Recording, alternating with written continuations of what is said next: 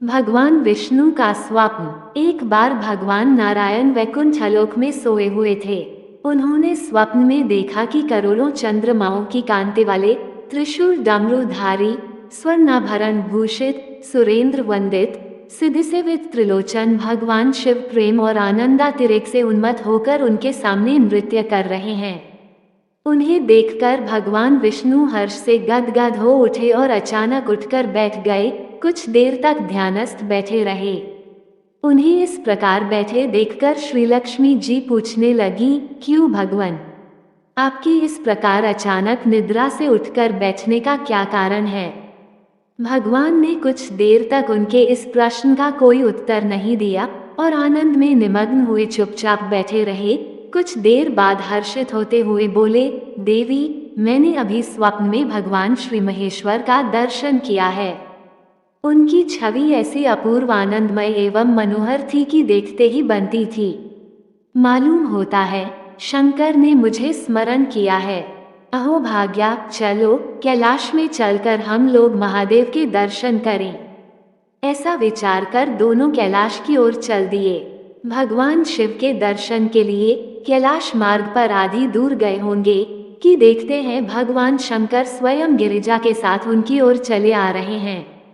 अब भगवान के आनंद का तो ठिकाना ही नहीं रहा। मानो घर बैठे निधि मिल गई। पास आते ही दोनों परस्पर बड़े प्रेम से मिले। ऐसा लगा मानो प्रेम और आनंद का समुद्र उमड़ पड़ा। एक दूसरे को देखकर दोनों के नेत्रों से आनंदाश्रु बहने लगे और शरीर पुलकायमान हो गया। दोनों ही एक दूसरे से लिपटे हुए कुछ देर मुकवत खड़े रहे। प्रश्नोत्तर होने पर मालूम हुआ कि शंकर जी को भी रात्रि में इसी प्रकार का स्वप्न हुआ कि मानो विष्णु भगवान को वे उसी रूप में देख रहे हैं जिस रूप में अब उनके सामने खड़े थे। दोनों के स्वप्न के वृतांत से अवगत होने के बाद दोनों एक दूसरे को अपने निवास ले जाने का आग्रह करने लगे। नारायण ने कहा कि वैकुंठ चलो और भोलेनाथ कहने लगे कि कैलाश की ओर प्रस्थान किया जाए। दोनों के आग्रह में इतना अलौकिक प्रेम था कि यह निर्णय करना कठिन हो गया कि कहाँ चला जाए। इतने में ही क्या देखते हैं कि वीणा बजाते, हरिगुण गाते नारद जी कहीं से आ निकले।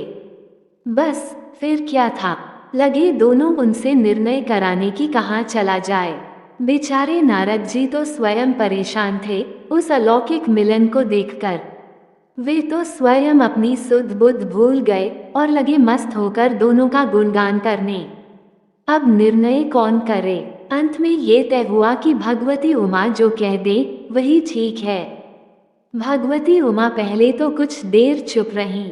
अंत में वे दोनों की ओर मुख करते हुए बोली, हे नाथ, हे नारायण, आप लोगों के निश्चल, अनन्य एवं अलौकिक प्रेम को देखकर तो यही समझ में आता है कि आपके निवास अलग अलग नहीं हैं। जो कैलाश है वही वैकुंठ है और जो वैकुंठ है वही कैलाश है। केवल नाम में ही भेद है।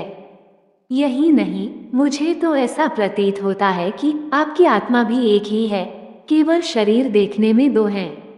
और तो और मुझे तो स्पष्ट लग रहा है कि आपकी भार्याएं भी एक ही हैं। जो मैं हूँ वही लक्ष्मी है और जो लक्ष्मी है वही मैं हूँ। केवल इतना ही नहीं, मेरी तो अब ये दृढ़ धारणा हो गई है कि आप लोगों में से एक के प्रति जो द्वेष करता है वो मानो दूसरे के प्रति ही करता है। एक की जो पूजा करता है वह मानो दूसरे की भी पूजा करता है। मैं तो तय समझती हूँ कि आप दोनों में जो भेद मानता है उसका चिरकाल तक घोर पतन होता है। मैं देखती हूँ कि आप मुझे इस प्रसंग में अपना मध्यस्थ बनाकर मानो मेरी प्रवंचना कर रहे हैं, मुझे असमंजस में डाल रहे हैं, मुझे भुला रहे हैं। अब मेरी यह प्रार्थना है कि आप लोग दोनों ही अपने अपने लोक को पधारिए। श्री विष्णु यह समझे कि हम शिव रूप में वैकुंठ जा रहे हैं और महेश्वर यह माने कि हम विष्णु रूप में कैलाश गमन कर रहे हैं।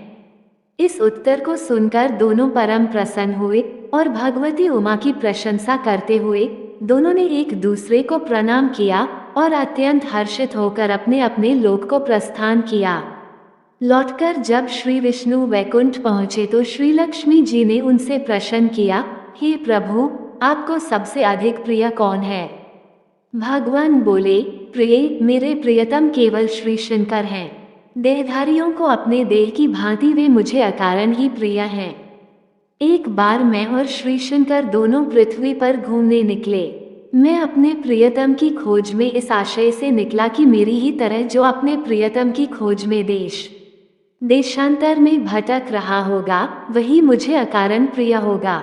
थोड़ी देर के बाद मेरी श्री शंकर जी से भेंट हो गई। वास्तव में मैं ही जनार्दन हूँ और मैं ही महादेव हूँ। अलग अलग दो घड़ों में रखे हुए जल की भांति मुझमें और उनमें कोई अंतर नहीं है। शंकर जी के अतिरिक्त शिव की चर्चा करने वाला शिव भक्त भी मुझे अत्यंत प्रिय है। इसके विपरीत जो शिव की पूजा नहीं करते, वे मुझे कदापि प्रिय नहीं हो सकते। इस तरह जो शिव की पूजा करता है वो वैकुंठवासी विष्णु को भी स्वीकार है, और जो श्री विष्णु की वंदना करता है वह त्रिपुरारी को भी मना लेता है।